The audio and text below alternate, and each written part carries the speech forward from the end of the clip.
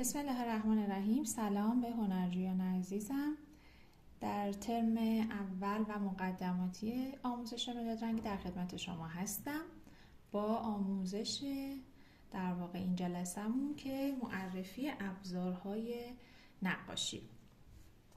اولین و مهمترین ابزارمون کاغذ یا همون مقوامونه که ما توی نقاشی با مداد رنگی از کاغذ مقوای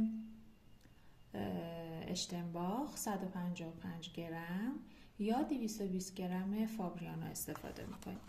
مقواهای فابریانو رنگشون همونجور که میبینید کرمی رنگن، یه جوری رنگ شیری یا کرمی دارن.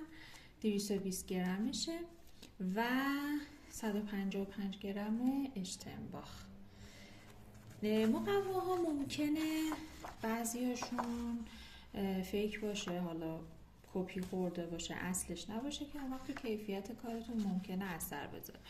من یه نشونه از مقوای اشتنباخ رو بهتون میگم. بالای در واقع مقوا حکش اسم اشتنباخ شده، در کنارش هم عکس دوتا تقریبا اژدهاطوره. این حالت اسم برجسته که بالای مقوا هست و این دوتا علامت دورش نشون دهنده اصل بودن این مقواست.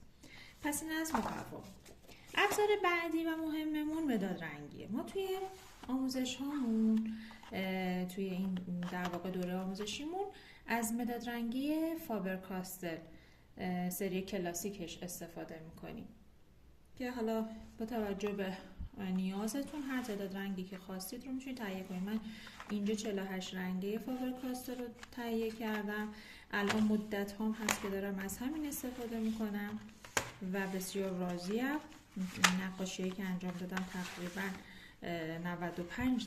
95% با همین مداد رنگی ها بوده تا به الان. بعد که یه مقدار حالا حرفه‌ای‌تر میشیم میریم توی آموزش پوست و چهره، اون موقع میتونیم از مداد رنگی حرفه‌ای‌تر مثل پلیکروم یا حالا حرفه‌ای‌تر بعدا معرفی میکنم خودتون استفاده کنیم. ولی در حال حاضر همین مداد رنگی های ساده فابر کاستل یا حتی بعضیا این رو هم تهیه نکردن و از قبل مداد رنگی دیگه ای داشتن میتونن استفاده کنن. فقط کاری که ما میکنیم کاتالوگ رنگیمون رو درست میکنیم. این رو هم آموزشش رو حتما بهتون میدم. با توجه به تعداد مداد رنگیاتون که حالا بر من کلاسیک 48 رنگ بوده، یه 48 تا در واقع خونه براش کشیدم و مداد رنگی ها معمولا شماره داره انتهاش. اگرم نداشت بازم هیچ اشکالی نداره. مداد رنگی رو میذارید و هر کدوم از رنگ ها رو توی یکی از این خونه ها اجرا میکنید و این کاتالوگ رنگی رو مخصوص این جعبه مداد رنگیتون درست میکنید. شما هر مداد رنگی دیگه ای هم داشتید برای اون همچین کاری رو انجام میدیم، چون بعداً ما به این احتیاج پیدا میکنیم برای در واقع تشخیص رنگامون و حالا موضوعاتی که توی آموزش ها حتما بهتون میگم. ابزار دیگه ای که لازم داریم پاک‌کن هامون هستن. ما انواع پاک‌کن ها رو توی در واقع کار مداد رنگی ازش استفاده میکنیم. این پاک‌کن شارژیه، باتری میخوره و سریش عوض میشه و با سوهان سر این پاک‌کن ها رو تیز میکنیم. این هم سوهان از این ورقه ها میتونید تهیه کنید که خودتون بعدا طی آموزش بهتون میگم چجوری سر این پاک‌کن ها رو تیز میکنیم و ازشون استفاده کنیم. پاک‌کن اتودی داریم. این از مارک مونازیرو، یکی از پاک‌کن‌های خیلی پرکاربردمونه. اینم با سریش قابل تعویضه. نمونش اینه که هر وقت تموم بشه در میاریم و عوضش میکنیم. اینم باز یه مدل دیگه پاک‌کن اتودیه. این پاک‌کنمونم باز تو جاهای یه مقدار فضای بیشتر ازش استفاده می‌کنیم و یکی از مهمترین پاک‌کنامون پاک‌کن فرچه‌ایه.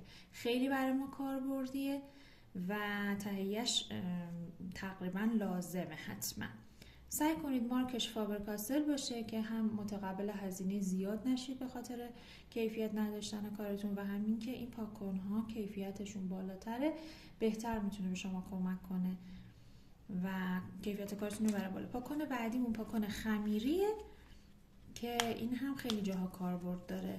به این شکل این هم قابل استفاده است. بعد توی آموزش بهتون میگم این هم از مارک فابر کاستل باشه خیلی بهتره. پد سایه احتیاجمون میشه، دستمال کاغذی و حالا تراشی که لازمه برای تراشیدن مداد رنگیامون. باز این هم از مدل فابر کاستل در واقع ستاییشو من تهیه کردم که خیلی در واقع مدادهامو خوب میتراشه، از کیفیتش راضیم.